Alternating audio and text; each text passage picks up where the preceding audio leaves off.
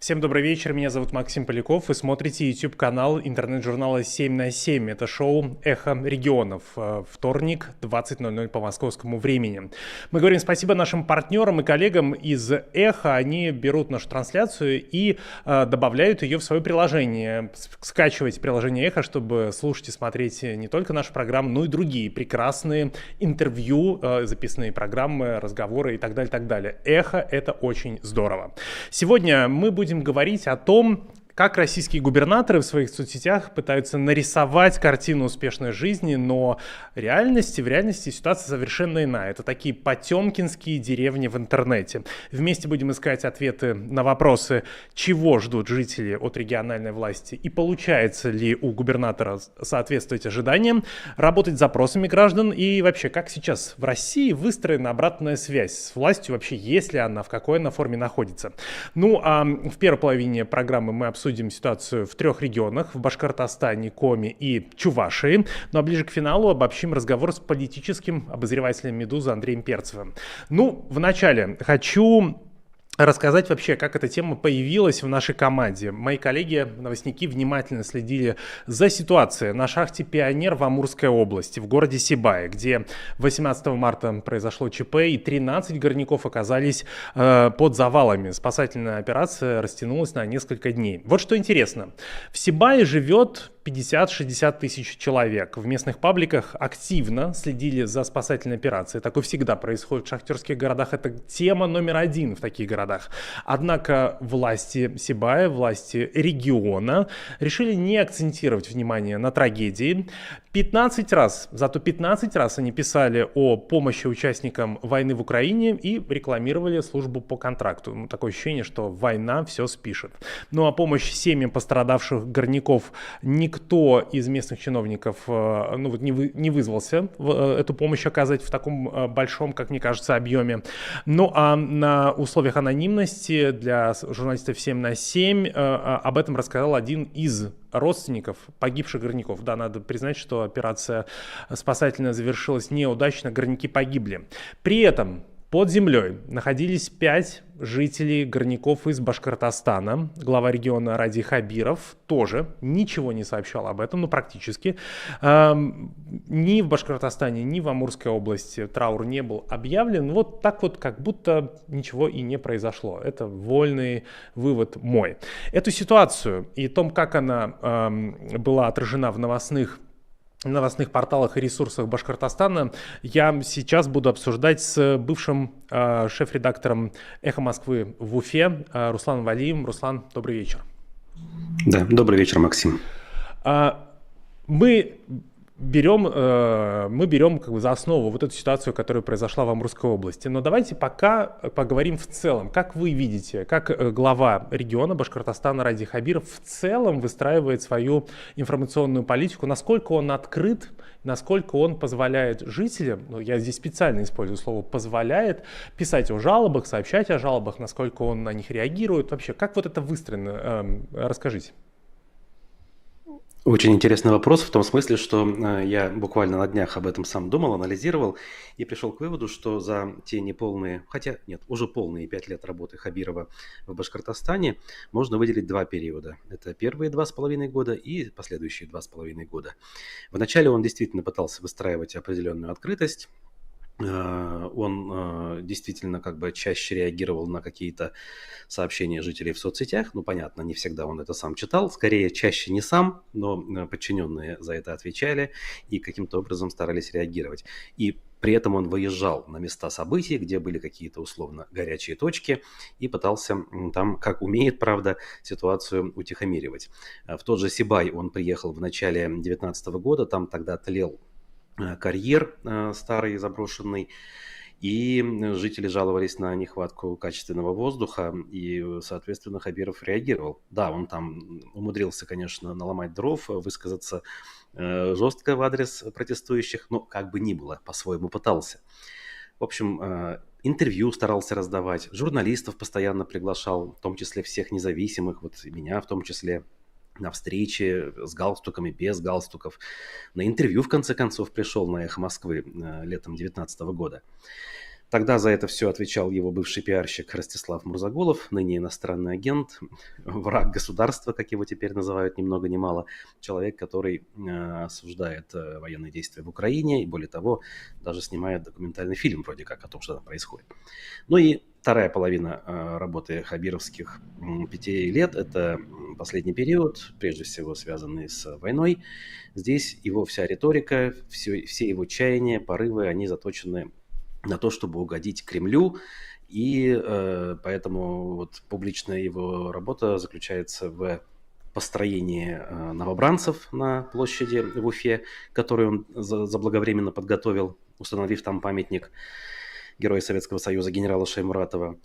В общем, гуманитарные конвои, о которых он постоянно тоже говорит, и на каждом оперативном совещании в правительстве так или иначе затрагивает тему поддержки там, семей военнослужащих, самих военнослужащих. И это тема номер один. Все остальное, оно по касательной. И проблемы Зауралья, проблемы золотодобычи и вообще добычи полезных ископаемых, мне кажется, он бы даже никак не затронул публично, если бы не события января в Баймаке и все то, что за этим последовало. И тут тоже важно отметить, он говорит, собственно, о каких-то таких вот первопричинах. Это само по себе хорошо, но о последствиях молчит. То есть он не пытается разобраться и взглянуть глубже на то, что же реально произошло там в плане протеста людей, во всем обвиняя неких экстремистов каких-то вымышленных, каких-то игроков из-за границы, которые, дескать, хотят расшатать ситуацию изнутри и развалить Россию немного. Да, но здесь важно уточнить, мне кажется, что ситуация в Баймаке, мы помним суд над активистом, мы помним многотысячные акции в поддержку этого активиста, это все-таки эксцесс. Ну, в смысле, это такое не случается каждый день, и это не общий информационный фон. Ну и понятно, что на ситуацию, которая является эксцессом, каждый губернатор старается придумать какой-то ответ, адекватный ответ в соответствии, не знаю, со своими полномочиями, силами, своим опытом, то, как он видит, как сказать, как он будет лучше выглядеть в глазах московских начальников. Угу. Да, здесь я полностью согласен, именно так. Поэтому, отвечая на суть вопроса, действительно, о каком-то более-менее реальном взаимодействии с людьми речи нет. Это я замечаю в том числе и по более мелким ситуациям, которые за пределы республики не выходят. Какие-то протесты граждан городов. В Уфе у нас есть точки напряженности, связанные с застройкой, точечной прежде всего, когда вырубаются какие-то парковые зоны, когда сносятся там, как сейчас, вот общественная баня, которую, кстати, Хабиров обещал не сносить публично перед людьми, а теперь воды в рот набрал и никак на это не реагирует. Ну, то есть с обратной связью все намного хуже, чем было даже при нем же буквально 2,5 года назад. Руслан, небольшое упражнение, которое, надеюсь, мы еще проделаем во время эфира пару раз. Значит, открываю телеграм-канал Радия Хабирова. Новость сегодняшняя, последняя. Центр фехтования – один из крупных промышленных объектов. Значит, про фехтование говорим. Вчера наше легендарное предприятие Уфимское мотостроительное производственное объединение «Столетний юбилей». Поднимаемся выше. Несколько лет назад мы всерьез взялись за систему среднего профессионального образования. Бла-бла-бла, учителя, педагоги, студенты и все остальное. И снова о наших победах. Вот, значит, вот так вот выглядит телеграм-канал Радия Хабирова. Насколько та картина, которая там, соответствует картине, реальным чаяниям, проблемам, запросам населения? Ну, нельзя сказать, что никак не соответствует. Наверное, есть интересанты у этих проектов и у Центра фехтования, и у Центра борьбы, который строит Хабиров, и есть сотрудники и студенты этих среднеспециальных учебных заведений, которые должны быть довольны ремонту, который он им обещает. Но в массовом порядке, конечно, эти вещи не соответствуют, на мой взгляд. Действительно, вот как две параллельные реальности это все происходит. Я это чувствую, когда читаю комментарии собственных зрителей на канале «Аспекты Башкортостана», где я веду утренние эфиры. Люди там, ну, скажем так, куда более сильно возмущаются, я опять же сейчас выбираю слова, чем я, когда комментирую то, что наблюдаю в родной республике. То есть такое ощущение, что людям вообще не интересно слушать и слышать те новости, о которых вот сейчас мы упомянули с вами, да, из телеграм-канала. Мы-то о них говорим, вроде как должны, журналисты же как-никак, а людям не важно, то есть у них есть накипевшие обиды, боль, и эта боль как раз, она у кого какая, но в целом выражается в том, что нет доверия абсолютно, и нету вот этой какой-то хотя бы взаимосвязи, опять же, которую в начале они пытались выстраивать. У меня здесь два наблюдения есть. Первое. Я помню, что наша команда готовила текст о так называемой системе инцидент менеджмент. Что это такое? Это специальный бот, который мониторит комментарии в социальных сетях. Чаще всего ВКонтакте. И если жители какого-то региона пишут негатив, не знаю, там улица не почищена, не знаю, ремонт как-то не идет, зарплату не выплачивают и так далее, то она попадает в такое специальное окно, где чиновники, обычно это в администрации губернаторов, смотрят на эту жалобу и должны дать ответ. Даже если они не по существу, что, мол, вот там зарплату вам выплатят или завтра почистят улицу, то мы держим эту ситуацию на контроле, разберемся. Вот такой может быть ответ. Тем самым выстраивалась работа на протяжении какого-то времени, взаимодействие людей и власти. Ну, власть как бы рапортовала. Мы стали более открытыми, мы реагируем на жалобы и так далее. Насколько, как вы считаете, вот эта вот прямая связь губернатора через особенно страницы ВКонтакте позволяет нивелировать негатив, который копится у людей непосредственно в Башкортостане, на территории? Опять же, какое-то время, мне кажется, они старались по максимуму отработать вот эти вот инциденты, которые оказывались в этой системе.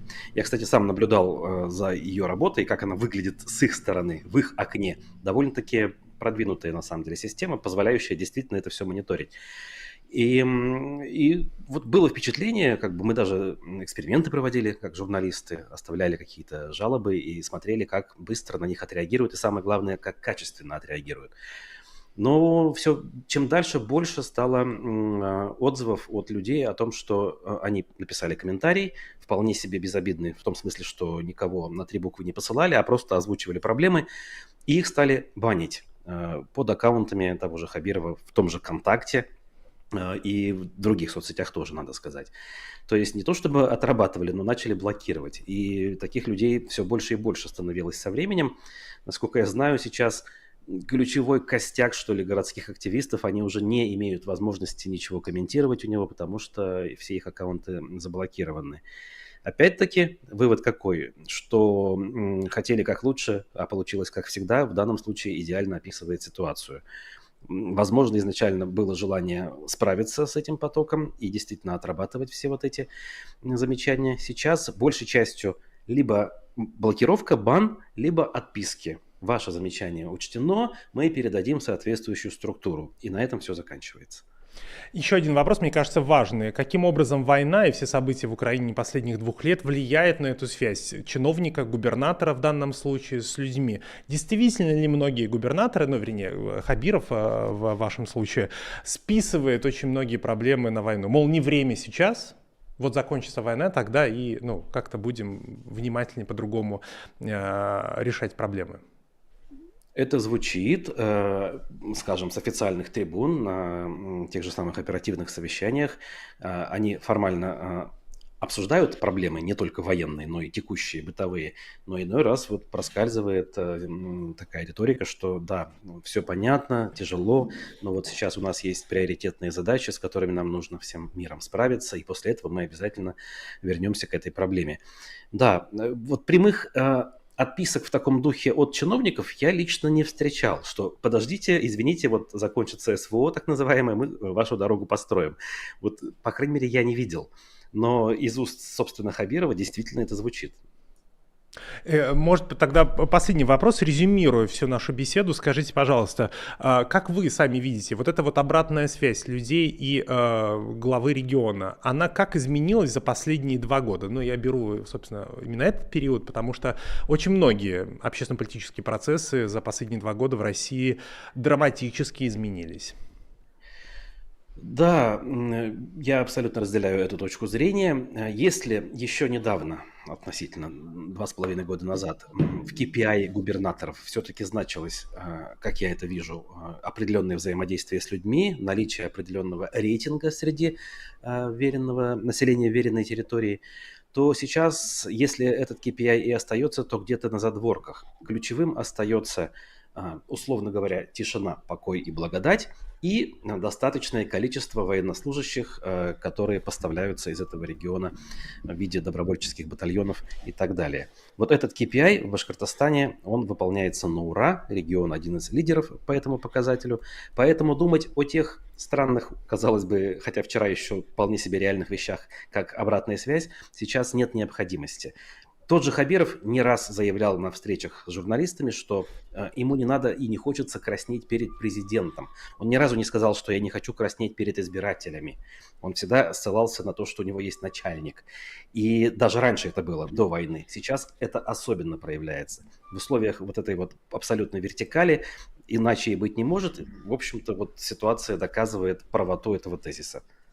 Спасибо огромное. С нами был бывший шеф-редактор «Эхо Москвы» в Уфе Руслан Валиев. Надеюсь на скорую встречу. Ну а к нашей беседе подключаются еще двое человек, которые нам дополнят картину того, как губернаторы общаются с жителями своих территорий. Это Виктор Воробьев, депутат Государственного совета Коми, первый в России, региональный депутат, иностранный агент, и редактор телеграм-канала «Сердитая Чувашия» Семен Кочкин. Семен, Виктор, добрый вечер. Привет, Максим, привет, Семен. Для справки, глава Республики Коми Владимир Уйба, глава Чувашии Олег Николаев. Я вас попрошу для начала в общих словах очертить или описать, каким образом, как вы видите, выстроена обратная связь ваших губернаторов с людьми, которые живут в Коми и в Чувашии. Насколько эта связь, она работает успешно, адекватно времени, адекватно запросу людей. Может быть, Виктор начнет? Да, спасибо, Максим. На всякий случай в очередной раз оговорю, что Минюст России меня считает иностранным агентом. Что касается того, какая связь выстроена в... Немножко у нас подвисает связь. Виктор, можешь повторить с самого начала фразу? Раз. Слышно ли меня? Да. Да, значит, с самого начала. Так, я уже оговорился, что Минюст России меня считает иностранным агентом. Про обратную связь в Республике Коми. Мне кажется, что за последние 2 года фокус губернаторов, в частности, вот главы Республики Коми, он смещен в сторону того, чтобы какие-то политические очки зарабатывать не у населения, а, конечно же, у своих кураторов в администрации президента. То есть главное, чтобы все выглядело хорошо в тех KPI, в тех рейтингах, да, которые составляют там, на Старой площади, а не то, что там думают граждане на местах. И, в общем-то, это очень хорошо заметно по тому, на каких темах концентрируется, собственно, губернатор, да, на поездках, что называется, за ленточку, да, на каких-то новостях о, значит, погибших в ходе вооруженного конфликта, а все остальные новости как будто бы имеют меньший приоритет. Но сейчас остается чуть больше года до следующих выборов главы Республики Коми. И кажется, как будто бы немножко все-таки снова входят в повестку дня главы республики вот какие-то новости, связанные с жизнью людей. Вот совсем недавно попытался пропиариться, что называется, Уйба на истории, например, с некачественной питьевой водой, в пригороде, ну, вернее, городе-спутнике даже, я бы сказал, Сыктывкара, да, в Эжве. Там, соответственно, публично он отругал мэра Владимира Голдина, поставил ему какой-то там, значит, дедлайн, когда он должен эту проблему решить. В общем, это начинает напоминать то, как себя вел предыдущий глава республики Сергей Гапликов, который тоже очень любил, значит, на муниципальных чиновников публично наезжать. Сначала это вызывало, в общем-то, большую радость у общественности, да, что вот, значит, наконец-то вот такой глава правдоруб, а потом, в общем-то, начало вызывать ощущение того, что глава совершенно беспомощный, потому что, несмотря на все его филиппики такие в адрес муниципалов, никакие вопросы с места не двигались. Ну, в Ну, общем, не я зря, думаю, что сейчас... да, не зря, Да, Виктор, сейчас вас чем признали ближе иностранным вот... агентом. Слово «филиппики» знаете. Извините, у нас немного времени. Давайте мы послушаем Семена. Семен, скажите, с Олегом Николаевым похожая ситуация, когда, ну вот я тоже наблюдал, собственно, в Коми эту историю, когда один чиновник главный ругает других и за счет этого старается повысить свой рейтинг. Ну, я бы, наверное, я хочу начать с того, чтобы нужно извиниться, наверное, перед жителями Коми за Гапликова, потому что он наш уроженец нашей республики, у нас начал карьеру. Он был Извините, премьер-министром, насколько я помню, да? Руководителем правительства. Да. Он был, кстати, не самым плохим. Его до сих пор хорошо вспоминают, но, видимо, не в Коме. Извините за него. Мы с ним что-нибудь придумаем. Забирайте обратно, пожалуйста. Хорошо. Такого рода чиновников. Да, и хотел сказать, раз у меня есть там пару секунд, спасибо 7 на 7 за то, что они освещают работу региона, вы большие молодцы, спасибо вам за все. А если говорить про Олега Николаева, то он же начинал у нас как оппозиционер, он из «Справедливой России», он критиковал прошлое правительство, прошлого главы республики, и как только его назначил Путин, он на самом деле не сразу показался суперплохим, он пытался открытость показывать и всякое такое, но началась война, и на войне он, конечно, сломался, у нас был бунт мобилизованных, и на этом бунте мобилизованных он, решил его никак не комментировать, он к этим солдатам решил не приезжать, закрыл комментарии, начал там банить всех в своем телеграм-канале. И, как я понимаю, у него вот есть две темы, которые он никак не готов комментировать. Это аресты и посадки его кабинета министров. То есть там у него уже сейчас вице-премьера арестовали, до этого министра строительства арестовали. Он сейчас, как я понимаю, в СИЗО находится. И вот эти вот аресты он комментировать не готов и делать вид, что их нету. И, конечно, там погибшие, там какие-то протесты мобилизованных, он тоже готов их комментировать только в рамках там, что там они как-то там помогают солдатам и всяком таком роде. Таких спектаклей, как вот Виктор рассказал про то, что там кто-то кого-то ругает, он там такого нету. Он просто, видимо, не очень готов так отыгрывать. И он просто всех банит, и на этом все заканчивается. Возможно, если бы у нас... Извините, закончите, Семен, буквально полминуты, закончите вопрос следующий у меня. И возможно, если бы у нас были бы такие депутаты, как Виктор, или там какие-то вот сильные оппозиционные партии, которые могли ему там в парламенте вопросы задавать, да, там каких-то на каких-то панелях, то, может быть, мы бы увидели от него бы больше бы артистичности, но пока такого нет. Еще раз, я открыл... Господин Уйба отказывается отвечать на мои вопросы в парламенте, как раз ссылаясь на мой специальный статус почетный. Открыл телеграм-канал Олега Николаева. Посмотрим, какие последние сообщения. Значит, сегодня он провел встречу с заместителем генерального прокурора России. Вчера было промо его интервью газете «Аргументы и факты» о том, как все хорошо в Чувашии. Чувашия сохранит лидерство в ПВО по качеству городской среды. Вместе со всей страной сегодня отмечаем День единения с Беларусью и так далее, так далее. Картина, которая мне, опять же, кажется далека от того, как живет регион.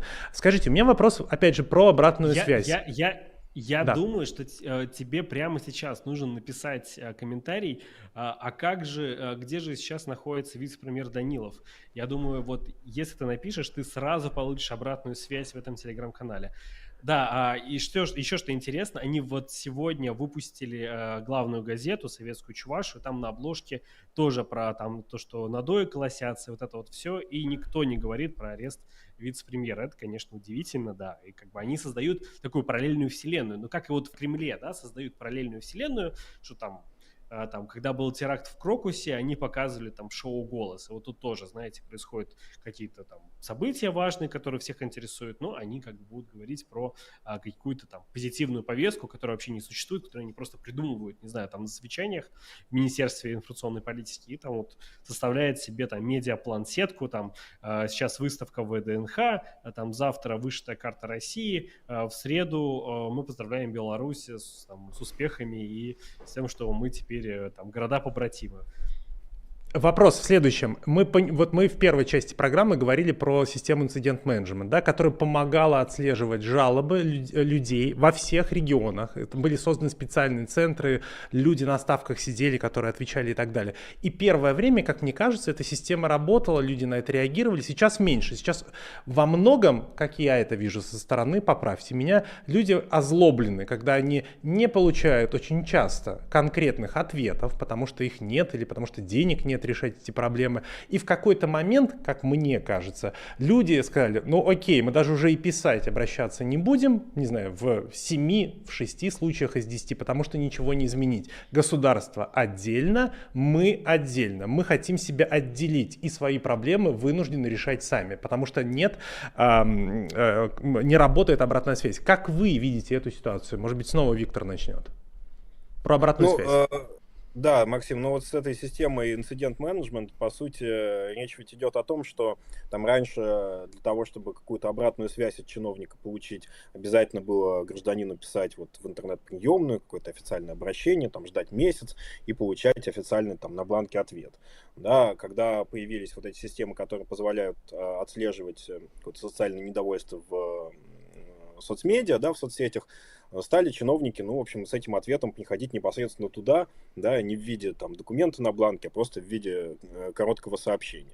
Но мы сейчас видим, что по каким-то вопросам, которые, в общем-то, проблемные, да, которые не так просто решаются, ответы, в общем-то, представляют собой такие же отписки, просто они теперь не на бланке, а вот в социальных сетях, и там не через 30 дней, а может быть там через пару дней, или там, может быть, даже иногда в тот же день. То есть, действительно, это должно было дать какой-то вот такой прямой доступ, да, к лицам, принимающим решения, чтобы они какие-то ответы давали содержательно. Но сейчас это превратилось в значительной степени в то, что те же самые отписки просто в другой, более доступной форме, но, в общем, содержание-то особо не меняется. Ведь, Виктор, скажите, а все-таки люди-то как это ощущают, эту историю, да? В смысле, они продолжают получать отписки, верят ли они теперь по-прежнему в институты, или они как бы от безысходности все равно обращаются, ну, может быть, там, типа, раз в этот год сегодня палка выстрелит, и мне что-то тут починит и так далее? Нет, ну люди просто возмущаются в социальных сетях в надежде, что это увидит кто-то, да, без вот некой какой-то конкретизации запроса, да, такой крик души в пространство, да, иногда это как-то срабатывает, особенно если это социальное недовольство набирает там большое количество там лайков, репостов и какое-то получает большое освещение, по крайней мере, властям нужно на это как-то публично отвечать, да, в отличие от там каких-то простых обращений граждан раньше, на которые, ну, в общем, как-то ответил этим письмом, и это письмо осталось у гражданина, который обращался. Я не могу сказать, что мне не кажется, что люди видят это в качестве какого-то эффективного способа решения проблемы, они просто видят это как, ну, может быть, единственный способ решить проблему, то есть путем того, чтобы ее подсветить. Вот. Здесь, наверное, не столько надежда на тех, кто там по долгу службы обязан эту проблему решать, а что, может, кто-то это еще увидит, да, там, что увидит, может быть, там, традиционные СМИ, да, там, телевидение, в частности, там, какой-нибудь сделает про это сюжет, и тогда это увидят там более высокоуровневые чиновники, им захочется как-то в это вмешаться, как-то, может быть, на этом пропиариться, что они, вот, в общем, за народ, за население, и тогда проблема как-то сдвинется с мертвой точки. Ну, мне кажется, что это так представляется. Семен, как вы видите эту историю? Они же, да, вот запускали вот эти колл-центры, только не колл-центры, наверное, а вот какие-то там чиновники сидели, отвечали на какие-то жалобы, вот поиск жалоб, это реально было. Мы это видели, было смешно, когда они к нам приходили в комментариях и тоже пытались писать, что да нет, вы там преувеличиваете проблему, все решено. И что интересно, мы начинали проверять, что они нам пишут, и в итоге оказалось, что сами вот эти цуровцы, да, я просто не знаю, как это все правильно называется. В итоге оказывается, что и их информация тоже как бы не содержит, ну, то есть они на самом деле врут, а у нас все, как мы и написали, и решить какие-то серьезные проблемы, ну, наверное, вот я вот могу вспомнить, что вот прям что-то серьезно, но опять, насколько это серьезно, ам, приехал, значит, мужчина с войны без ног, и у него не было пандуса в подъезде. И он, значит, его просил, умолял, и к нему приехал, ну, то есть он тоже писал везде, к нему приехал мэр и сказал: извините, но вам нужно проводить а, э, нужно, чтобы собственники, значит, все, ну, то есть жители всего подъезда проголосовали, что-то такое, и, то есть, ну, как бы вот ответил на обращение, вот, ну и по итогу это все вызвало большой скандал, и когда скандал прям поднялся там до какого-то там невероятного уровня, там Бастрыкин уже начал комментировать пандус в Чебоксарах, и вот тогда они вообще все поставили, то есть они, это возмущение должно дойти до каких-то вот, не знаю, силовиков, там, до прокуратуры, до Следственного комитета, и тогда, возможно, что-то сделают.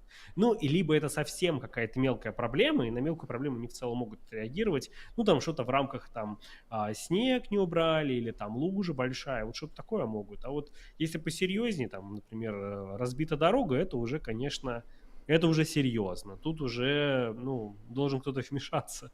Вот. Поэтому, по поводу того, что люди не обращаются, ну нет, мне кажется, все равно как-то вот, знаете, там одно поколение не обращается, там молодое подрастает, они начинают как бы обращать внимание на что-то, а вот, или наоборот, какие-то люди открывают для себя интернет и вон как бы начинают что-то писать, поэтому мне кажется, что нет, все-таки люди пытаются какую-то обратную связь с властью найти, другое дело, что власть этой обратной связи совсем не хочет. Еще один вопрос. Скажите, каким образом события последних 2 лет, скажу я здесь аккуратнее, потому что Виктор действующий депутат, события последних 2 лет в Украине влияют на то, как выстроена информационная сфера, ну, то есть то, как ее выстраивают чиновники, собственно. Играют ли они на этой теме, чтобы оправдать какие-то свои провалы, прикрыть свои провалы, свое бездействие тем, что происходит в соседней стране? Ну, давайте я начну. Мне кажется, Виктору тут будет чуть тяжелее. Вот. Ну, как бы, конечно, стало гораздо больше пиара, да, на теме, которая, казалось бы, вообще абсолютно не их, да, то есть там международная политика и вот это все, а где главы регионов, где Единая Россия, причем они вообще. Вот, и, конечно, ну, я думаю, первое, что вот, если вот прям вспоминать их пиар-истории, это что региональные власти начинают строить что-то в Украине. Там, мы берем под шефство какой-то там район, какой-то завод, и это выглядит максимально... Мне кажется, что вот этот пиар-ход вообще не работает, потому что когда они начинают строить школу там, в городе Бердянске, Ровеньки, извините, город Ровеньки, здесь Виктор улыбнется, потому что все в коме думают, что Владимир Уйба, глава региона, на самом деле мэр города Ровеньки, а не губернатор. Вот, вы как, вы ощутили это сполна, как я понял. Вот, у нас тоже, только у нас вот не в Ревенки все происходит, а в Бердянске. В Бердянске школу построили, дорогу, там вот Николаев рассказывает, что там, знаете, там система водоснабжения плохая, нужно отремонтировать. И в это время как бы жители Чувашии смотрят и говорят: блин, ну мы, как бы у нас главная школа в Приволжском федеральном округе никак не может открыться, стройки переносятся уже там, уже год целый, и как бы зато в Бердянске что-то построили. И вот, как бы, мне кажется, вот это вот, потом это нацбатальоны, ну, опять же, мне кажется, что тема с нацбатальонами тоже провалилась, потому что, ну, как бы приезжают гробы, да, а при этом траура никакого нет, люди жалуются, людей это все пугает, но при этом, как бы, власть делает, ну, то есть вот они пиарятся на отправке, но при этом ничего не говорят о жертвах. И это, мне кажется, тоже как бы, ну, то есть этот пиар точно не работает. Вот. Хотя, вот, наверное, возможно, они могли бы на каких-то вот, на трагедии тоже сделать себе какое-то имя, да, что они там заботятся о семьях, что они как-то им помогают, но даже на это у них не хватает то ли политической воли, то ли каких-то, не знаю, амбиций, то ли им просто плевать на людей, да, скорее всего, последнее. Вот. И Интересно, что просто раньше в риторике чувашской власти не было такого, что они говорят про... Ну, то есть они начали после войны говорить про нацистов в Украине, говорить про международную политику, что США там придумывает заговоры, да, то есть раньше такого не было совсем. Конечно, да, там Путин мог что-то там отшибучить, кто-нибудь еще какой-то, да, там федеральный политик, но в республике как бы, ну, стеснялись, что ли, ну, было стыдновато, все равно как-то вот это было стыдно. А теперь нет, нормально, теперь как бы глава республики, депутаты идут во все тяжкие и там бесогонят по полной. У нас минута осталась, буквально полторы. Виктор, расскажите, пожалуйста, ваш взгляд на эту историю. Ну, я, в принципе, с этого начал, да, вот в нашей беседе, что приоритеты информационной политики, очевидно, сменились, и многие губернаторы, рассчитывая на поддержку Кремля, да, там, при переизбрании или сейчас при возможных кадровых перестановках после инаугурации, они, в общем, концентрируются на той тематике, которая, как им кажется, даст им заработать соответствующие очки вот в соответствующих рейтингах, да, в соответствующих KPI, которые перед ними ставят федеральное руководство страны. Поэтому, конечно, концентрируются на вот тематике, связанной с военной операцией. И в то же время видно, что люди, ну, в значительной степени подустали от этого. И поэтому вот последние несколько месяцев, в том числе это началось там, в преддверии президентских выборов, пытаются концентрироваться на какой-то позитивной повестке. Вот, в частности, в Республике Коми постоянно сейчас звучат какие-то истории, что вот, значит, у нас какие-то новые инвестпроекты должны появиться, что будет там развиваться тот или иной населенный пункт, вот, что-то новое будет строиться. Ну, в общем, такая вот традиционная, в принципе, там предвыборная история про «обещаю обещать». Единственное, что она вот сейчас уже немножко за выборы зашла, да, вот выборы уже закончились, тем не менее, вот эти вот игра в бесконечное обещание вот счастливого будущего, она сейчас продолжается, видимо, в общем, для того, чтобы как-то отвлечь людей от той тематики военной, да, от которой люди в значительной степени устали. Напоследок, уважаемые, я во время нашего разговора пошел гуглить, что же сейчас происходит с бывшим главой Республики Коми Гапликовым и бывшим премьер-министром Чувашии Гапликовым. Оказывается, в 2021 году он возглавил совместный проект Ростеха и, внимание, Крокус Групп Араза Агаларова. Это интересно, в смысле, вот в свете последних событий, как мне кажется, теперь за Гапликовым нужно чуть внимательнее понаблюдать, потому что, ну, как бы, реальность последних недель, она меняет перспективы для многих людей.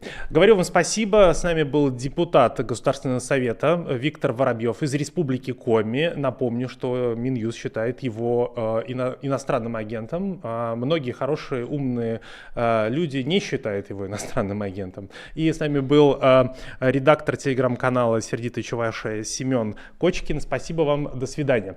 Напомню, что вы можете прямо сейчас поставить лайк нашей трансляции. От лайков зависит то, какой количество людей увидит ее. Ну а мы будем подводить итоги вместе с политическим обозревателем «Медузы» Андреем Перцевым. Он с нами на связи. Андрей, добрый вечер.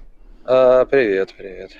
Андрей, общий вопрос. Скажи, пожалуйста, как ты видишь сейчас, насколько за последние 2 года, военных года, изменилась обратная связь губернаторов и жителей вот тех территорий, где они пытаются работать? Не у всех получается.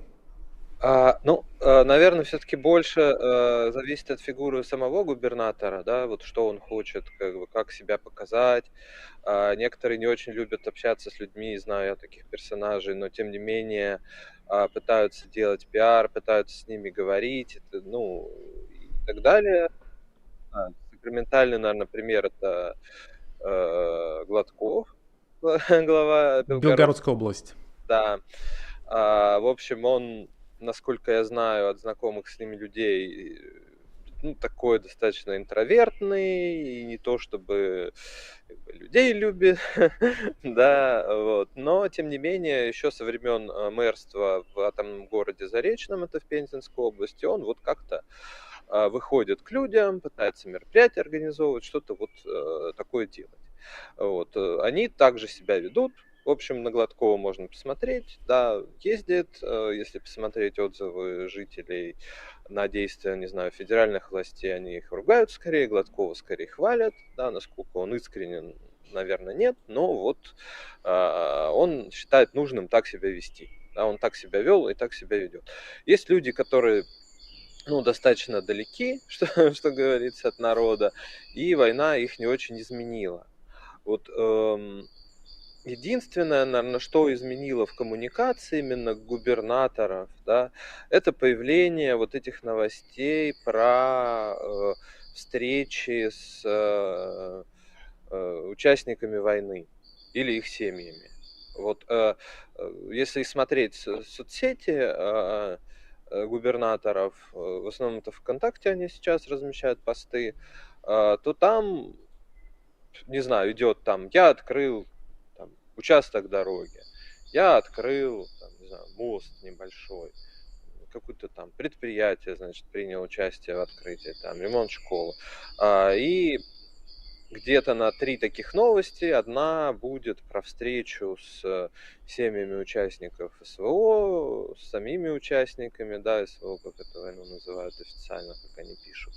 Вот, и если смотреть комментарии под ними, не всех людей это, не знаю, радует, восхищает, люди начинают писать о своих проблемах, выкладывать фото там, какого-то, не знаю, аварий коммунальных, ям на дорогах под этими постами. И вот как-то так, да. То есть, в принципе, все, как всегда, зависит от фигур. Конечно, война немножко она отдаляет, да, что называется, от людей, потому что на губернаторов это все висит, да, и шефство над какими-то этими аннексированными территориями, и какие-то выплаты, значит, добровольцам этим, кое-где есть, во многих регионах, даже не кое-где, вот региональные батальоны, где платят деньги, да, вот сегодня была новость, что в Ростовской области губернатор, значит, единовременную выплату установил 700 тысяч рублей для людей, которые будут вот в такой региональный батальон зачисляться. Хорошие деньги, да, для Ростовской области и для бюджета, я думаю, если считать, сколько на это тратится, хорошие деньги. Да, то есть война их, конечно, отвлекает в какой-то мере от рутины, и людям это не очень нравится. Скажи мне, я хочу уточнить про обратную связь. Мне казалось, что несколько лет назад люди еще верили в то, что с помощью, не знаю, сообщения в ВКонтакте, или, не знаю, письма в приемную, в общественную приемную, в администрацию губернатора можно свои проблемы решить. Но в последнее время я вижу рассвет как-то других реакций. Например, последний парочку примеров. Вот во Владивосток приезжает пропагандистский поезд «Сила в правде», посвященный участникам так называемой СВО, проведению СВО. Публикуется об этом новость. Мы видим, что самая популярная реакция — это такая иконка с клоуном. Люди говорят: да вы клоуны. Люди как бы не верят ни в новости, ни в обратную связь, ни в том, что на их реальные проблемы не обращают внимания, и они реагируют теперь так: что с них взять? Клоунами мы будем, да, называть? На такие новости, да. Но, тем не менее, они что-то пытаются, на самом деле, выкладывать, да, какие-то заявления о проблемах, или восприятие уже, конечно, каких-то губернаторов, да, начинает стираться. Например, в Забайкалье есть такой персонаж Александр Осипов. Его администрация президента продвигала в свое время. Там была такая слеза Осипова, что он на встрече с жителями там, значит, прочувствовался, значит, заплакал. И как раз к ним в край приехал министр транспорта и какая-то новость, значит, куда-то он приехал, и там, да, что губернатору вообще надо побриться, какой-то он помятый, и вообще вот этот город надо привести в порядок, а то там беда, что там показывают.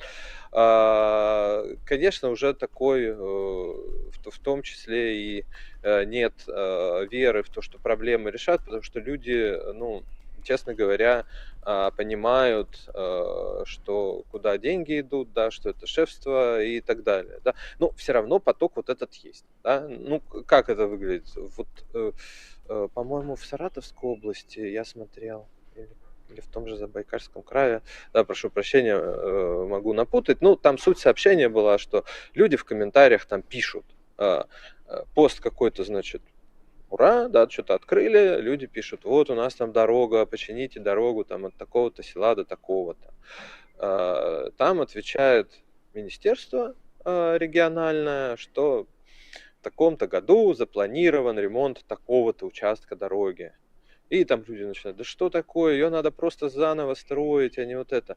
Да, конечно, вера вот в эти все инструменты в том числе, она подтачивается, потому что, ну, вот этот, да, там оно диалог, которое через ЦУРы, вот эти центры управления регионами заходит в регионы, да, это подавалось людям, в том числе как пиар, что вот вы обращайтесь, вы пишите, сейчас вам там все сделают, чиновники будут откликаться, все будет окей, да. Люди пробуют, но не получается, да, и, соответственно, дальше начинается. Они ругаются, либо пытаются эти комментарии куда-то поставить, чтобы хотя бы было видно, да, в соцсетях губернаторов, что, ну, что, может, так хотя бы их заметят. Ну, вот ставят клоуна, да. Ну, ВКонтакте, кстати, я ВКонтакте смотрел. ВКонтакте более лояльная аудитория, конечно. Да, нет, в смысле, это такие люди, которые, скажем так, мягко говоря, не критикуют происходящее в Украине, такие более-менее лояльны к власти, видят в них какую-то силу, которая хоть как-то может на их проблему решить и на ситуацию повлиять. Скажи мне, а если в твоей, как-то вот навскидку, есть ли губернаторы, которые, по твоему мнению, отлично справляются с этой задачей, выстраивают обратную связь с точки зрения представления в глазах людей, выглядят хорошо, в первую очередь в СМИ, в соцсетях и так далее? Я, наверное, к сожалению, сейчас таких не назову. Да, для меня интересно вот было, есть такой глава Сахалинской области Валерий Лимаренко, он представитель вселенной Росатома.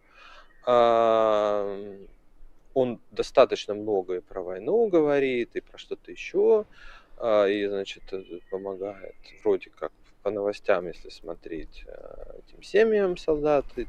Но я посмотрел его ВКонтакте, там про это практически ничего нет.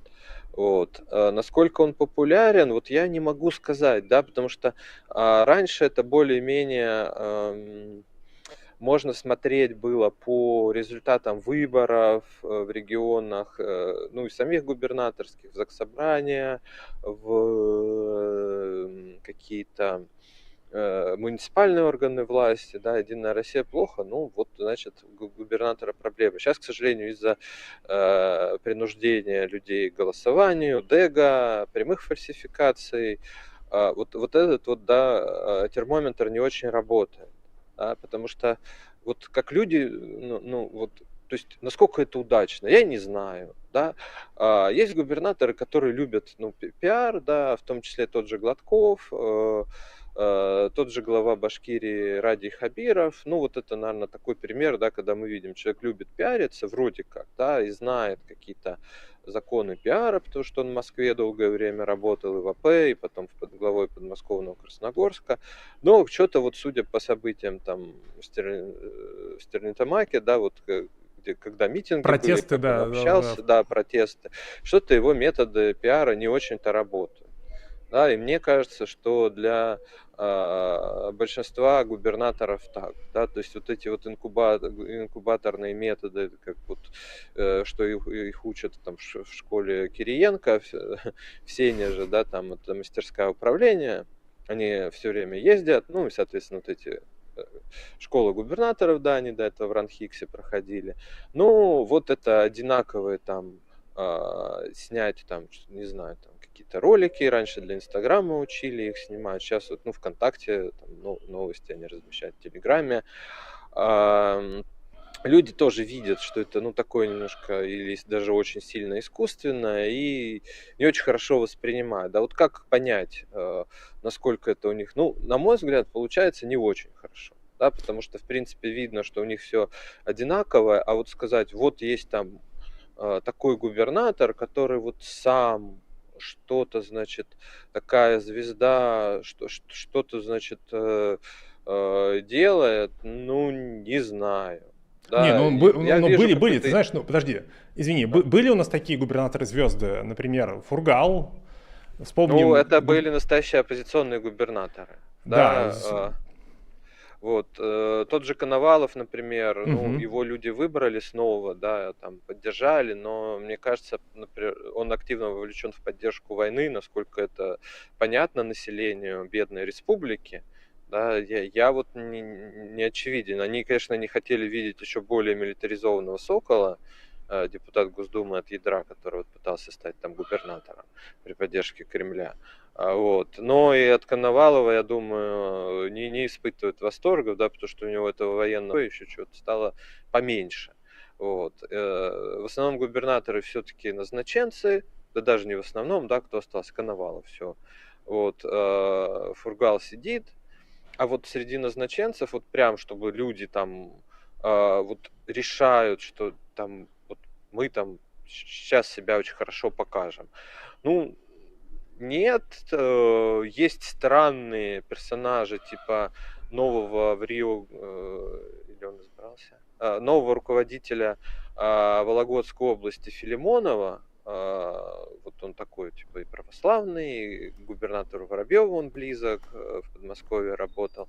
Вот я видел, например, он в день выборов заставил чиновников внутриполитического блока отжиматься.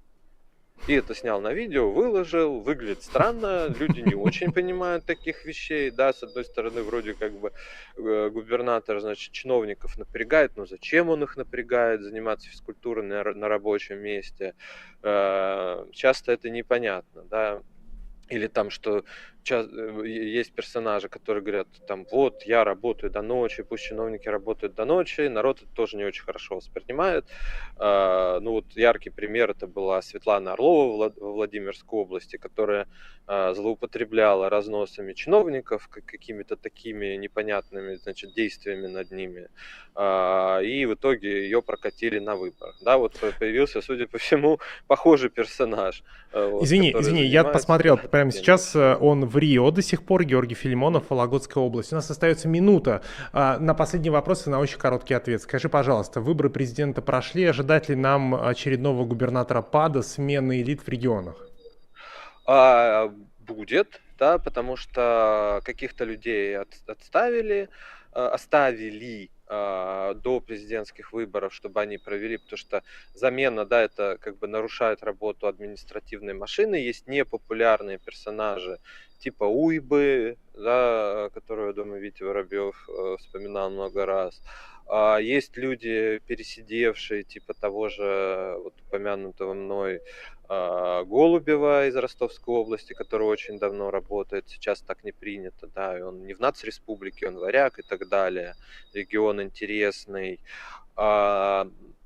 Думали поменять каких-то чиновников, которые показали не очень высокие результаты на президентских выборах, ну, по мнению Кремля, конечно, там за 70, да, ну, там меньше 80, например. Но, насколько я знаю, вот именно от замены губернаторов таких отказались, потому что регионы реально непростые для власти, и, в общем, там есть, например, в Томской области работает Мазур, это вообще бывший работник АП. Да, своего они убирать не будут, но вот в таких пересидевших типа Голубева, либо вот непопулярных персонажей типа Уйбы будут менять. Да, ну, насколько это значимо, тут сложно сказать, да, уже в основном это, конечно, мы там, когда меняли хотя бы каких-то местных там тяжеловесов, пусть или назначенцев, да, тем более избранных, мы там понимали, ой, меняется все.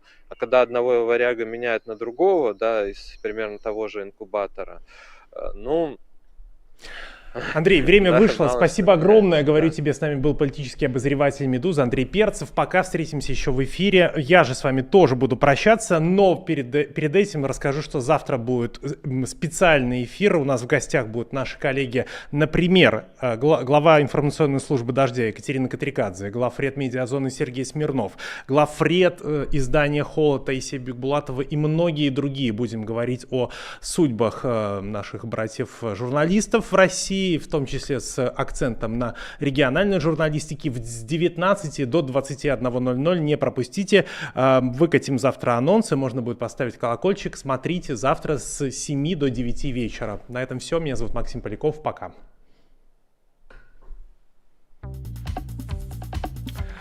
Очень классно.